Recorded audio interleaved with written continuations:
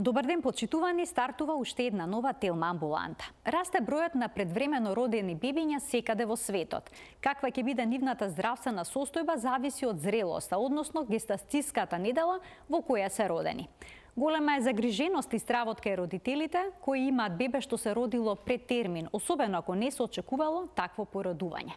За здравието на предвремено родените бебиња и негата, денеска ќе зборуваме со доктор Денис Алкалили, специјалист по педијатрија, кој што работи на оделот за интензивна неонатолошка нега на клиниката за гинекологија и акушерство во Скопје, воедно тој е председател на Сдруженијето за трудници и мајки Лулка. А како изгледа да се биде родител на предвремено родени бебиња? Низ каква голгота може да се мине? Денеска ќе ни раскаже Бојана Димитриева. Следува блок реклами, а веднаш потоа започуваме со денешниот разговор. Останете на Телма.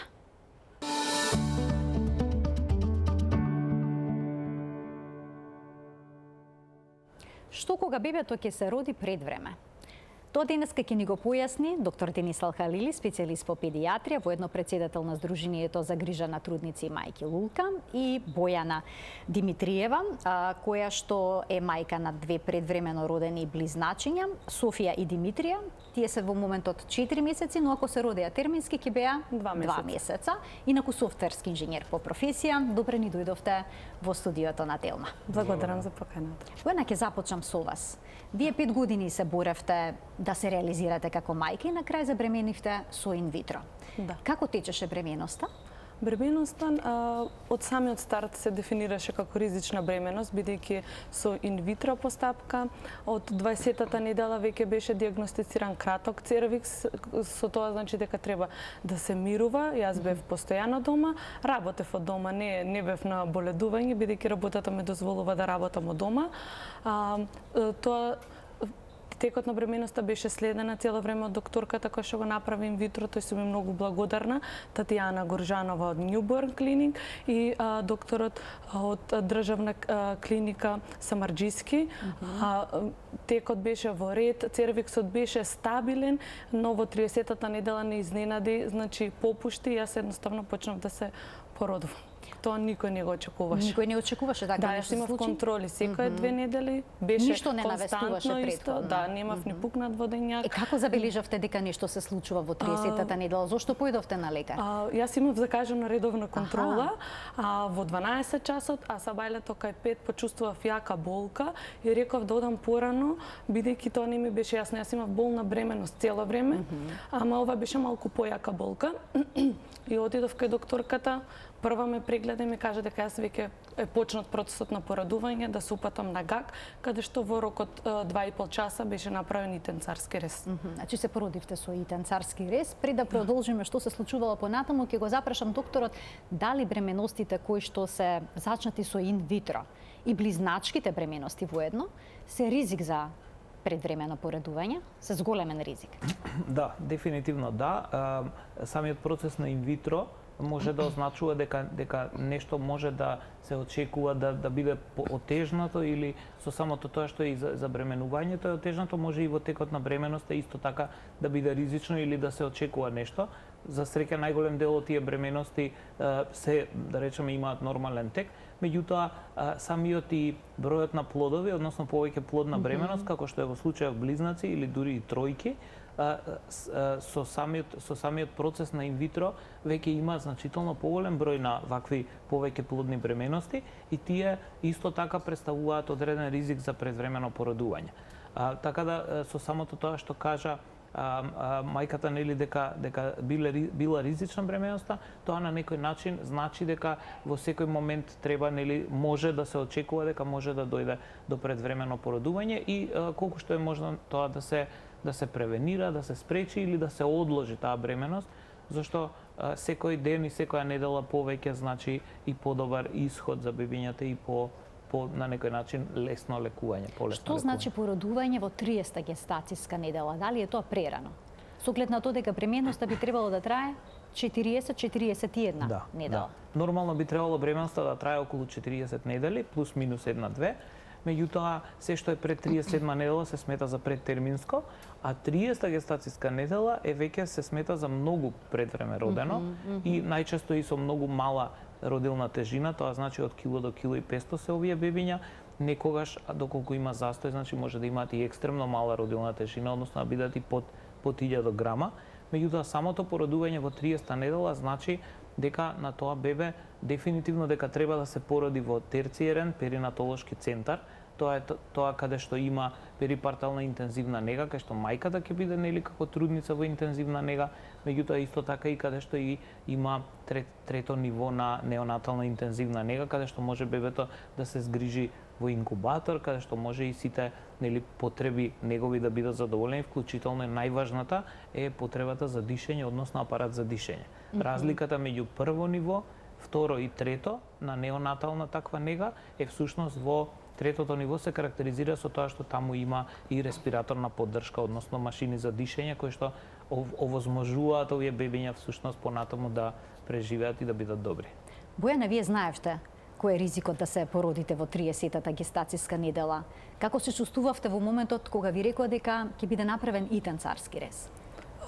Тоа за мене представуваше шок, не ми беше јасно, но докторите во државна клиника беа многу фини. Секој доктор кој што беше одговорен за неговата работа дојде, ми се представи, мика анестезиологот, гинекологот кој што ќе ме оперира, педијатарот кој што ќе ги земе бебињата кога ќе се родат, сестрите беа до мене, значи тие 2 часа јас постојано имав луѓе околу мене кои што ми објаснува што тоа значи и дека ќе се потрудат да дадат се од себе за и бебињата и јас да бидеме спасени и да биде секако што треба.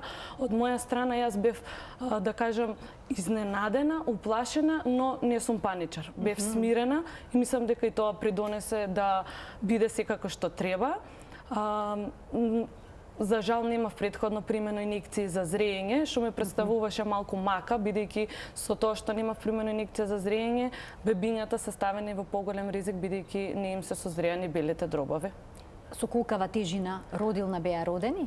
Димитрија прво близначе, тој се роди со кило и 400, а Софија второ близначе, кило 420.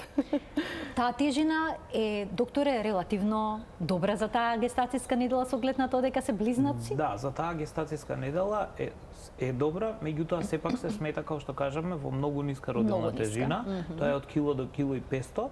Тоа е, да речеме, третото ниво, има и уште едно што е исто, уште по, да речеме, пострашно, тоа е екстремно мала родилна тежина под 1000 грама. Секој степен или секое ниво на порано и понезрело, порано и помали, практично си носи нели своји дополнителни ризици. За среќа, тоа сакав да го коментирам што кажа мајката дека постојано разговарале некои со нејза од професионалците кои што работат таму. Мислам дека многу важен дел од целокупната нега, од целокупниот третман, посебно кај овие семејства, е и тоа всушност, да бидат информирани, значи да им се објасни. Да им се објасни затоа што колку што е можно да се намали стресот, затоа што тоа е секако нели многу стресна и колку и да се подготвени родителите, сепак на некој начин се надеваат и сите се надеваме нели дека бременоста ќе издржи колку што е можно повеќе, дека ќе издржи до 36-та, 37 или до 40-та недела. Дека кога ќе се породиме бебето, ќе си го земеме во раце, дека ќе можеме да се гушнеме со него. Сигурно е тоа многу тешко. Бојана, ги видовте бебињата кога се родија? Како изгледаше сето тоа? Бебињата ги видов после 3 дена.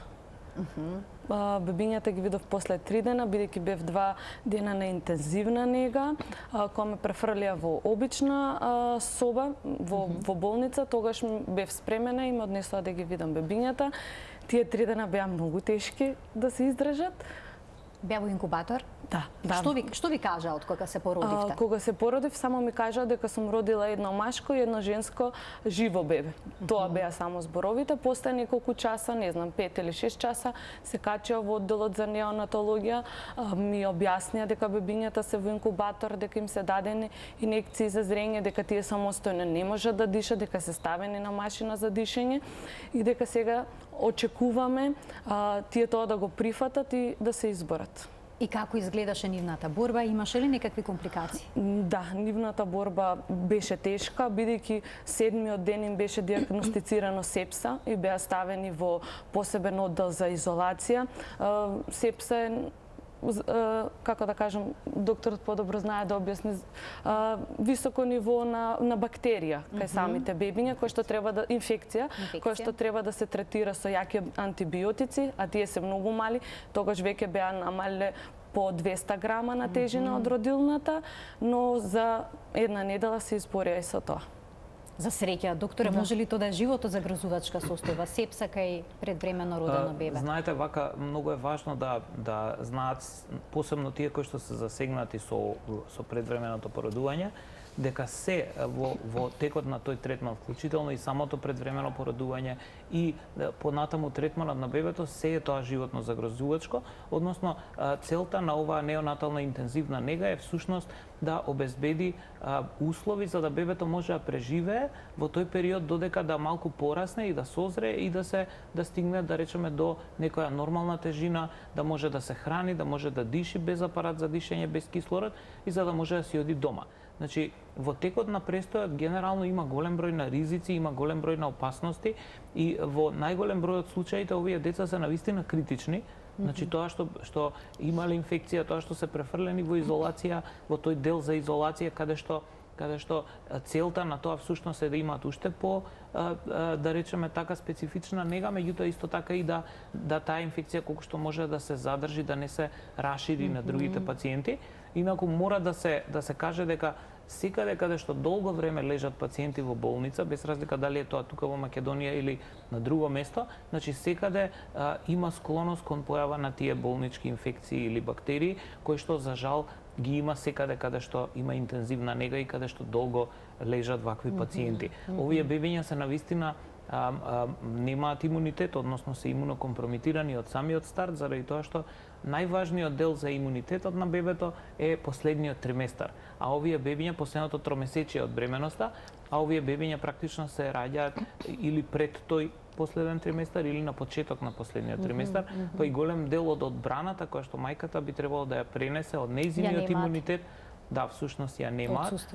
Така да тоа е тоа, меѓутоа ете за среќа со терапија и со таа поддршка која што ја даваме ние, тоа се вика супортивна нега или поддршка со цел да го пребродат бебињата тој период, да се изборат, меѓутоа исто така и со наша помош, со многу терапија, инфузии, апарат за дишење, инкубатор кој што им овозможува, нели, да биде топло, да биде идеална колку што е можно поидеална средината и на тој начин всушност ете се добива и добар исход, меѓутоа мора да се каже дека тоа е специфично за неонатологијата, за овие пациенти, дека целта е да се даде се што може и да се направи се што може, а некаква гаранција кога ја даваме терапијата или кога се лекуваат навистина нема. И тоа се е на некој начин со желба и со волја да се колку што е можно постигне подобар исход од лекувањето, па за среќа во најголем број од случаите има и добар исход, како што може да се види. Но ова не била единствената компликација, навистина со голема голгота се соочивте вие.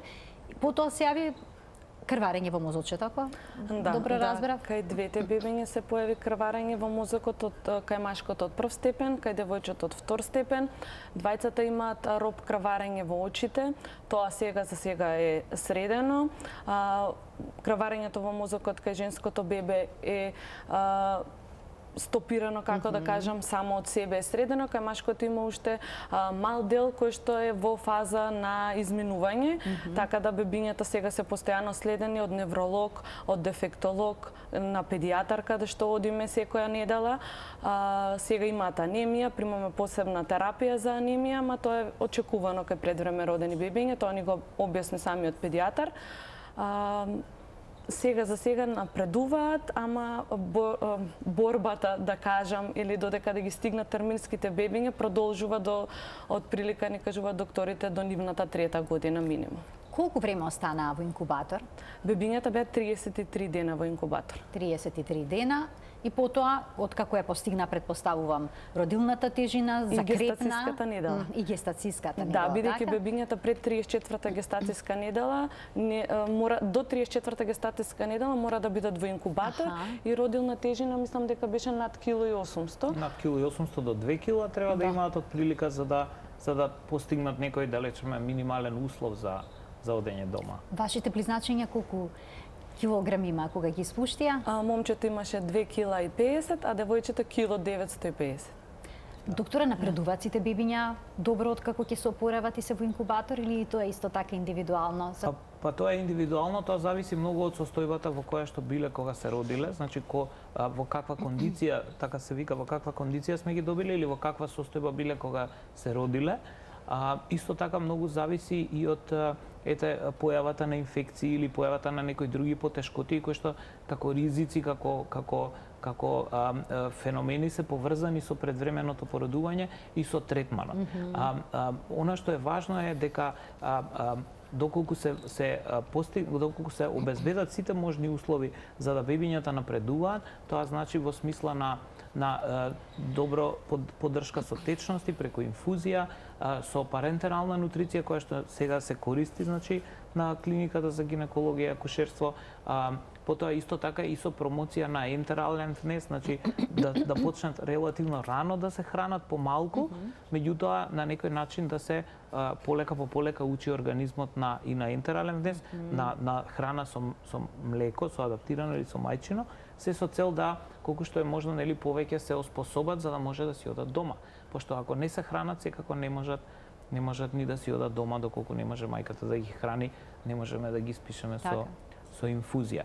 Јас би сакал да кажам во однос на сите овие процедури, многу е важна свеста на родителите, многу е важно родителите да бидат информирани за се што се случува, за сите предизвици кои што ги има пред овие деца, затоа што тие се на некој начин и успехот, значи во однос на лекувањето е заеднички успех и на родителите и на персоналот кој што работи таму, затоа што за сето тоа да се овозможи навистина треба многу внимание, многу комуникација меѓу персоналот, многу интервенции, многу терапии, така да тоа е навистина мислам дека многу е важно и родителите да бидат запознаени за да може тоа да биде една заедничка борба.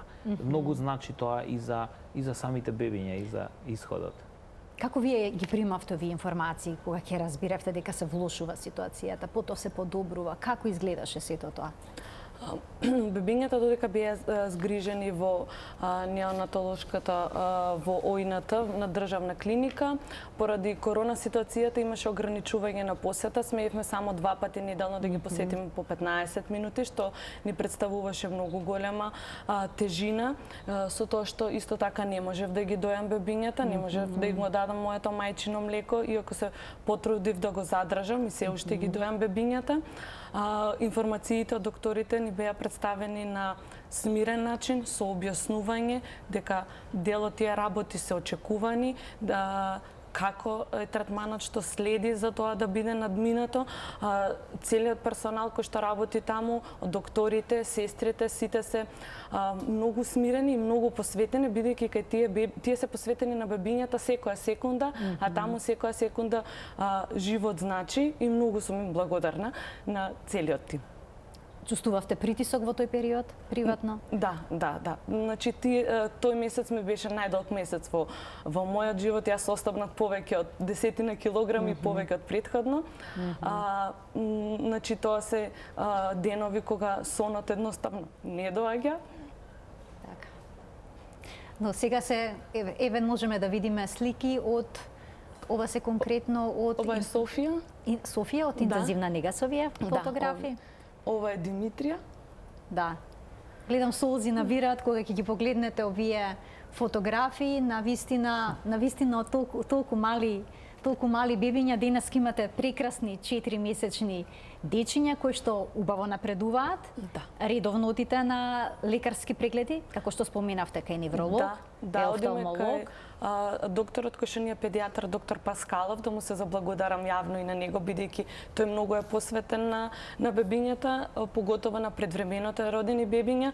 Кај него одиме секоја недела на контрола, одиме на невролог на државна клиника, на дефектолог исто така на државна клиника, одиме и на ортопед. Сега за сега бебињата се во ред, се е во ред со нив, но треба развојот да се следи. Ке вклучите и дефектолог во Да, нивниот веќе е развој? вклучен дефектологот, да. Зошто е важно толку рано да биде вклучен дефектологот? Што ви кажа Ваца, потоа и докторот ќе ни појасни. Од вториот месец, календарски како што се родени бебињата, бевме на прва контрола кај дефектолог. Самиот дефектолог ни кажува вежби кои што треба да се прават во домашни услови за стимулација, најпрви на групната моторика, а сега за стимулација на фината моторика, и откако го средивме видот, бевме исто така секоја недела ја посетувавме клиниката за ретинотопија. Таму можам да кажам дека имат посебен пристап кон предвременото родени бебиња. Таму закажуваме, имаме телефонски број кој што ни го даваат на отпуснато писмо од неонатологија и закажуваме преглед недела за недела, каде што бебињата се прегледани од доктор Татеши и ни кажува понатаму што да правиме. За среќа ние поминавме само со капки, без потреба на интервенција, и сега дефектологот ни даде вежби за следење и за гледање со очите. Доктори, од кога бебињата ќе излезат од болница, следуваат навистина бројни педиатриски контроли. Колку често е потребно тие да се прават? Што се треба да вклучат? Зошто е неопходен дефектолог кај предвремено родените бебиња?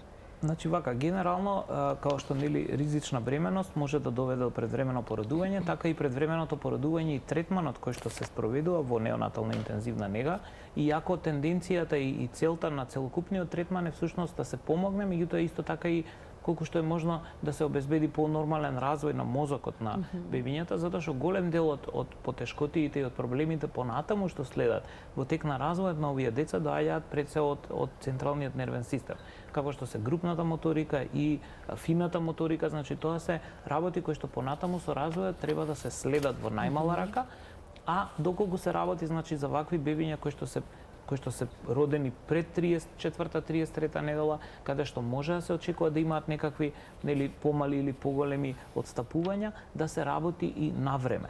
Целата поента на следењето всушност, на следењето на слухот, значи се проверува слухот каков е и доколку има некаков проблем да се интервенира на време. Следење на видот исто така за ретинопатија, како што кажа, може да се каже дека клиниката за очни болести е на некој начин поприлагодена заради тоа што не е толку поврзана со мој термин, нема чекање, туку директно се јавуваат овие семејства на одреден број кој што е на очната клиника и таму всушност се продолжува следењето, зашто тие бебиња ги прегледуваме, односно ги прегледуваат очните доктори и додека се во интензивна, меѓутоа многу е важно понатаму следењето. Исто така и во однос на дефектологот, заради тоа што тие деца значи треба да се работи на развојот и да се постигне колку што е можно подобар резултат со нив.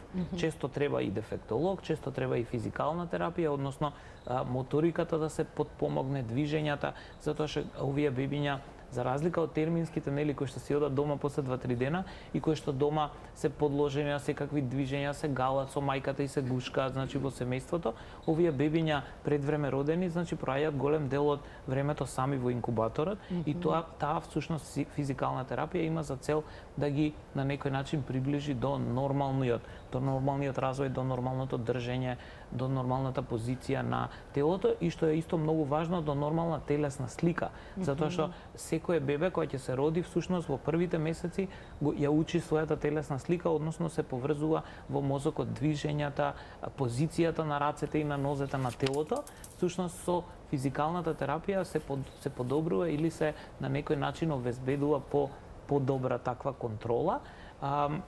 Се вкупно, значи, битно е следењето. Сега, оваа година, значи, бидејќи нели се приближува светскиот ден на предвремено породување, 17 ноември, ние со организацијата Лулка, како една организација која што е застапник на интересите или заштитник на интересите на овие бебиња и на овие семејства, всушност веќе оваа година почнуваме да ја поставуваме во јавноста и на маса да ја поставуваме и темата, значи, за следење на овие бебиња, односно после испис од болница, бидејќи може да се каже апсолутно дека преживувањето е многу подобрено, значи третманот, негата, самиот впечаток, еве како што може да видите од Бојана, значи самиот впечаток дека сите се загрижени и сите комуницираат и даваат информации во болницата и пристапиле уште пред да се породи, значи тоа е нешто кое што навистина сега е на високо ниво, морам да кажам, меѓутоа сега веќе треба да разговараме и за следењето, односно за тие прегледи,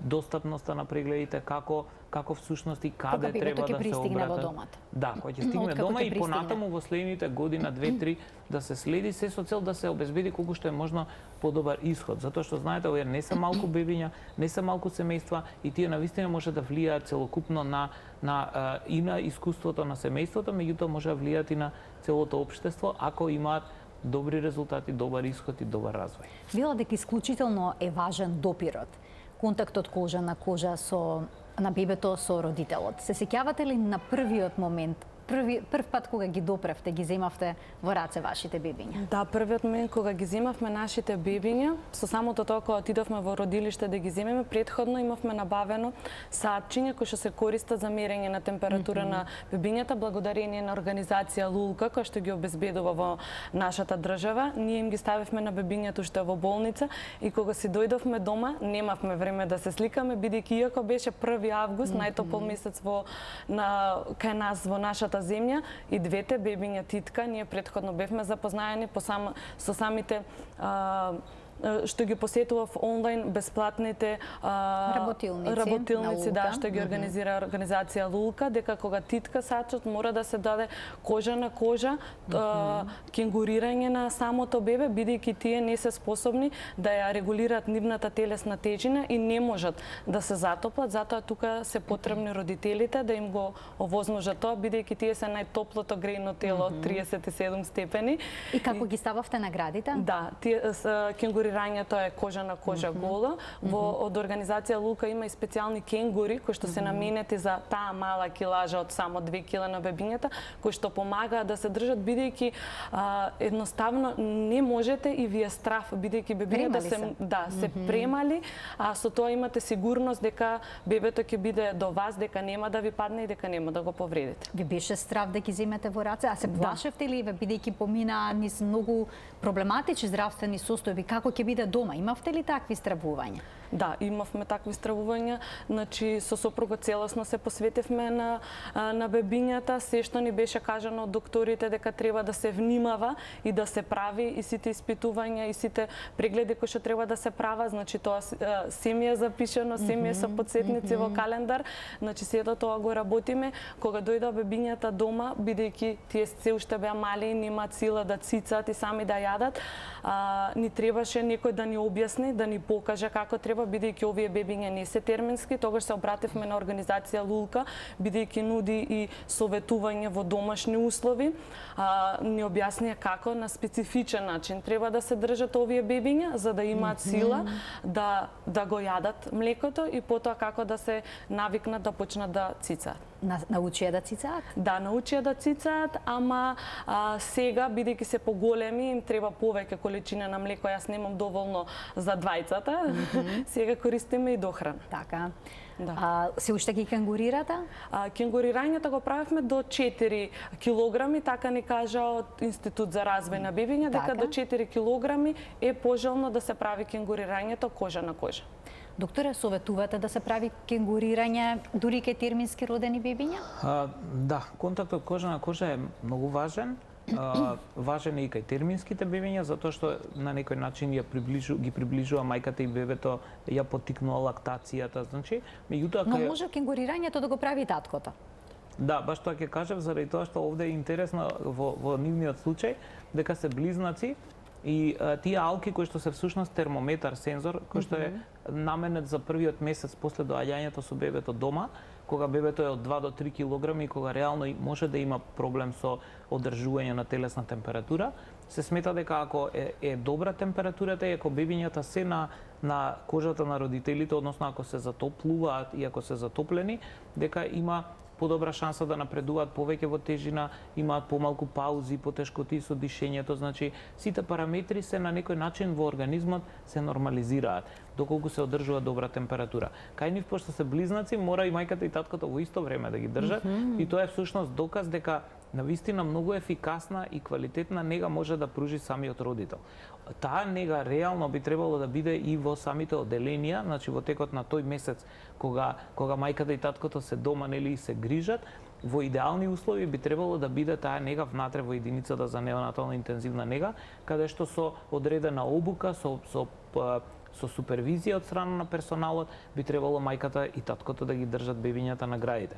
Тоа што ние го направивме во овој случај со таа поддршка која што ја организира Лука е всушност да им обезбедиме после доаѓањето дома, значи да имаат контрола на температурата, да користат кенгурирање максимално што може за овие бебиња, затоа што бенефитите од кенгурирањето се и во тоа што лактацијата кај мајката се одржува, па тие бебиња и до ден денес значи се хранат со мајчино млеко, делумно или комплетно, меѓутоа тоа многу значи за нивниот развој и развојот на видот и развојот на мозокот, значи целокупно има бенефити од тоа што се уште цицаат и уште еден многу важен бенефит, а тоа е колонизацијата со нормални бактерии од родителите, затоа што во нормални услови терминското бебе кога си оди од болница дома после 1 до 2 дена, во тој контакт со мајката, со родителите, во домот всушност се колонизира со нормални бактерии. А тоа е важно за имунитетот. Тоа е важно и за имунитетот, сега веќе се знае дека е важно и за тие автоимуни болести, и за склоност кон астма и кон алергии, меѓутоа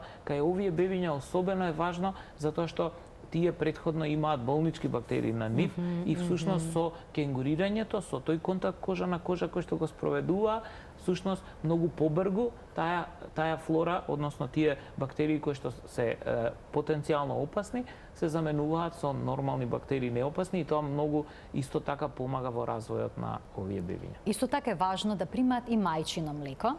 Дефинитивно. Зошто е тоа важно и како еве вие бевте одделена од вашите бебиња на вистина долго време. Како успеавте да ја одржите лактацијата? Лактацијата успеав да ја одржам и ми беше јасно дека мајчиното млеко е многу добро благодарејќи на работилниците. Единствена забелешка што имам за државна болница е кога лежев таму, бидејќи бебињата се во инкубатори, не ме ги носат, не бев сместена на одделот каде што се родилките. Од страна на докторите кои што правеа визитата, секоја сабајле ме прашува дали ми е дојдено млеко, дали дојдол некој да ми објасни што треба да правам и како треба да правам, но во сите 5 дена ни една сестра не дојде да ми објасни. Благодарение на тоа што имам постари сестри, па телефонски ми објаснија дел од работите, сопругот ми донесе помпа за измолзување, така почнав да имам млеко, иако се уште не ги бев видел бебињата, јас веќе добив млеко. Лактацијата ја одржав со тоа што се измолзував секој 2 до 3 часа, тие 33 дена. И со пиење на чаеви за доилки и апчиња кои што се наменете за доилки. Секој чест за упорноста и за тоа што сте успеале да ја одржите лактацијата, бидејќи докторе, упорноста ми се чини дека е клучна во овој период, но и добрата информираност. Токму тоа сакам да кажам, значи упорноста е важна, меѓутоа и информацијата, зашто ако не се свесни родителите во тој период кога навистина има многу стрес, многу грижи, значи може и да го превидат тој дел или да не бидат свесни за бенефитите кои што понатаму ќе ги имаат нели бебињата и мајката и семејството од доењето. Токму тоа е меѓу другото и тоа што е променето, односно тоа што ние се трудиме значи да го пренесеме како информација и со работилниците на Лука, меѓутоа и како професионалци кои работиме во болницата, значи секогаш го кажуваме и тоа дека доколку е можно да се одржи лактацијата, да се одржи, не е битна воопшто количината во тек на тие 33 дена кои што нели децата ги поминале во болница, туку битно е да се одржи колку што може. Меѓутоа исто така битни се информациите поврзани со ризичната бременост, односно често се обидуваме да ја пренесеме и таа порака дека следна бременост после ваква скратена нели бременост со предвремено породување, дека и следната бременост може да биде исто така ризична, така да идејата е да се пренесат информации кои што и ќе им помогнат сега во тек на ова, меѓутоа исто така и за понатаму да се намали тој товар од предвременото породување, затоа што навистина има доста такви пациенти и доста случаи, како што кажав, за среќа голем дел од нив добро завршуваат. Тоа што они го ја одржаа лактацијата, тоа што ги кенгурираа бебињата, мислам дека тоа допрва ќе се види користа или бенефитот од сите тие процедури по здравјето и по развојот на овие бебиња. Сигурен сум. Софија и Димитрија сега имаат 4 месеци, тоа е коригирана возраст, доктор, инаку би требало да има 2. Тоа е тоа коригирана возраст кај предвремено родени? Не календарска се 4, а коригирана се 2. Тоа значи дека се поминати 2 месеци од терминот во кој што мајката би требало да се породи доколку била нели нормална бременост од 40. И колку килограми сега имаат, како напредуваат? Софија има 5 килограми, а Димитрија има 5300. 5300. Тоа е одлично, еве, коментира и докторот. За колку време тие би требало сосема да ги стигнат своите врсници? Значи тоа, пак ќе кажам, зависи од тоа колку рано се родени, со која тежина. Генерално се смета дека и по развојот и по телесната градба до 2 до 3 години би требало да ги стигнат своите врсници. Меѓутоа секогаш има разлики, има исклучоци. Идејата на всушност и на лекувањето и на понатаму се што се прави во однос на следењето на тие прегледи е, као што кажавме, да се обезбеди максимален потенцијал. Значи всушност детето да го достигне максималната можност на нормален развој и затоа се прават всушност сите тие и прегледи и третмани, така да ние треба да бидеме задоволни и сме задоволни кога тоа е исполнето. Значи практично кога децата ќе го достигнат својот максимален полн потенцијал.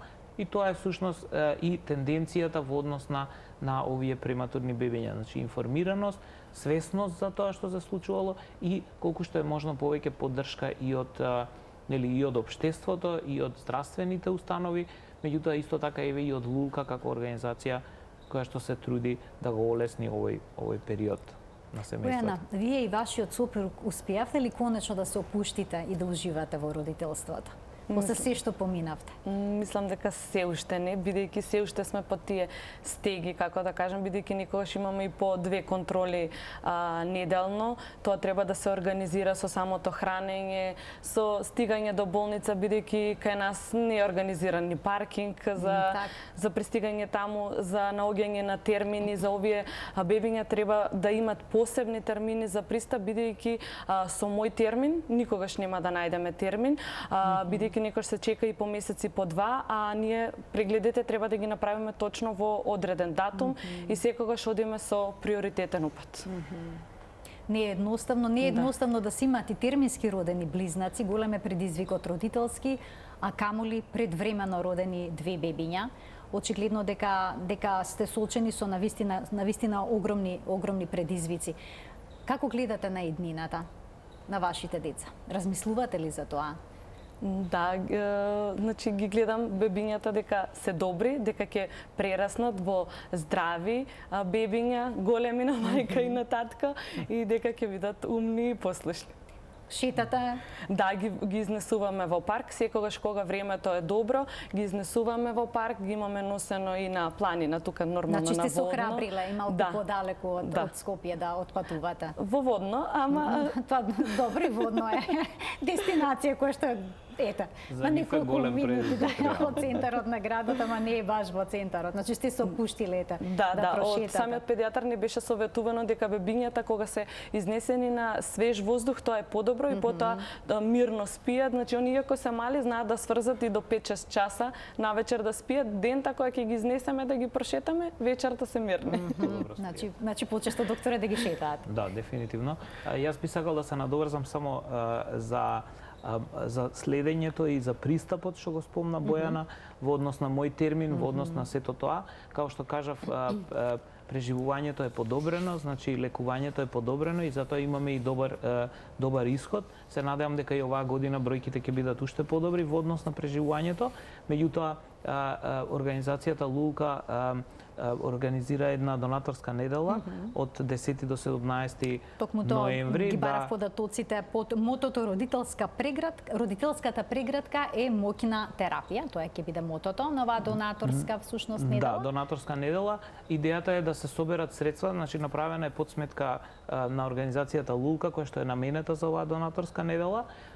Идејата е да се соберат средства кои што овој сегмент поврзан со предвремено родените бебиња и семејствата со предвремено родени, да всушност да добијат една целокупно подобро искуство и подобар третман. Значи добрата работа со една невладина организација која што организира ваква донаторска акција е што ние во изминативе 13 години точно веќе ги гледаме, значи слабостите или потенцијалните места каде што може и каде што треба нешто да се подобри. Имаме добра комуникација и со родителите и со семејствата. Вие со години организирате работилници кои што се наменети за родители на предвремено родени бебиња. Да, сега имаме веќе 14 месеци поред, правиме групи за поддршка. Бојана беше дел од неколку од тие групи за поддршка, каде што има и едукација, и меѓу себе се запознаваат родителите.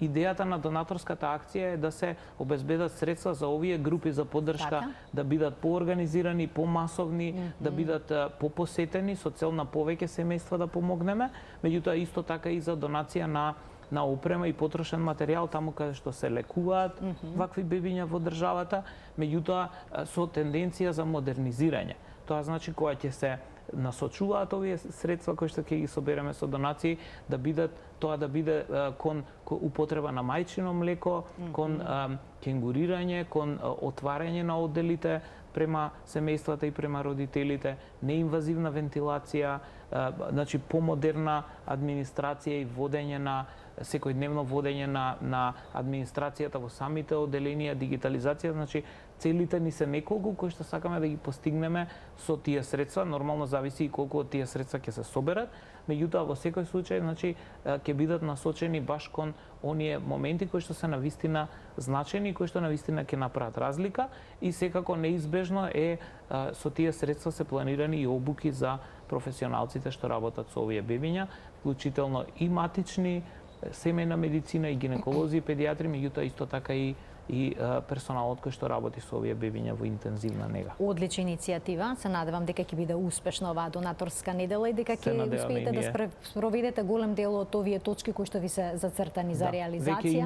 Веќе имаме најава од неколку големи компании за донација. Се надеваме дека ќе се реализира тоа и дека тоа ќе повлече на некој начин и повеќе компании така, бидејќи како што се споменува и во светските статистики, бројот на предвремени породувања расте како во светот, така и кај нас. Има многу семејства на кои што има потребна оваа поддршка. И вие сте биле на работилници наменети за родители на предвремено родени бебиња. Помага ли тоа што ќе стапите во контакт со семејства кои што минувале низ истата приказна како вас, иста слична, некогаш полесна, некогаш и потешка? Да, искуството кои што ќе се разменат од самите мајки и на самите работилници, има гостини кои што се стручни лица кои што ни објаснуваат, секогаш има различна тема на која што се разговара, ни даваат важни информации, некогаш и самото искуство што ќе ни го кажат понатаму, ќе знаеме ние што да очекуваме доколку се соочиме со истата ситуација или слична. Вие ги посетувавте и работилниците додека бевте трудна, така? Да. За доење? Да. За породување? За породување ги посетував. Советувате, идните родители да се вклучат? Јас би ги посоветувала не само мајките, туку и татковците, дека во неделата 1 до 2 часа можат да издвојат тие работилници. Секако се бесплатни и се после работно време, да кажам, после 18 часот, слободно да ги слушат, бидејќи за 1 час може да добијат толку многу информации, кои што ќе им бидат од корист кога ќе дојде тој момент. Верувате, кога ќе дојде моментот за породување, значи тие информации ви доаѓаат во глава, значи имате сигурност, сигурност е многу важна. Да, сигурноста и позитивната мисла. Да, носи смиреност, точно така. Да. Колку повеќе знаете, колку повеќе информации имате, толку сте поспокојни сте во тие моменти. Докторе, претпоставувам дека овој период исто така ќе има работилници кои што ќе ги опфатат и трудниците, но и семејствата со предвремено родени бебиња. Има ли голем интерес за нив? Апсолутно да, значи сега веќе за тие бесплатни работилници месечни кои што се наменети за трудници и за породени мајки, за породување, за доење, за здрава бременост и за грижа за детето од 0 до 1 година, тие се 4 работилници кои што се пријавени, имаме околу 150 до 200 на секој месец. Бесплатни се, тоа да се напомене. Да, како имаме околу начинот на 70 до 90. Ние генерално ги објавуваме на социјалните медиуми, на Facebook и на Instagram, на Лулка, со тоа што има линк на кој што они се регистрираат, се пријавуваат и добиваат линк за Zoom. Значи сега моментално и во изминативе, да речеме година и пол, 2 се веќе на Zoom заради ковидот, затоа што навистина беше ризично да се стават 50 или 100 или повеќе трудници на едно место во ова време. Меѓутоа во однос на посетеноста навистина се супер популарни и најважно е што секогаш добиваме позитивни критики во смисла на тоа дека навистина има корисни информации, разбирливи информации, нешто што навистина ќе им помогне и ќе им значи. Значи не е само да се ради реда да се одржуваат или да не се пренесе информацијата, туку навистина се пренесуваат многу корисни и конкретни информации што после ќе може да ги искористат и ќе им значат. Бојана, Софија и Димитрија, вашите бебиња се вистински борци. Се надевам дека понатаму ќе растат како здрави деца, без никакви проблеми, но очигледно и нивните родители се уште поголеми борци. И вие како мајка и вашиот сопруг како татко, очигледно вложувате огромна енергија и сила за да ги истуркате сите овие работи. Да, како што спомнавте, треба енергија и сила, со позитивна мисла се може. Така.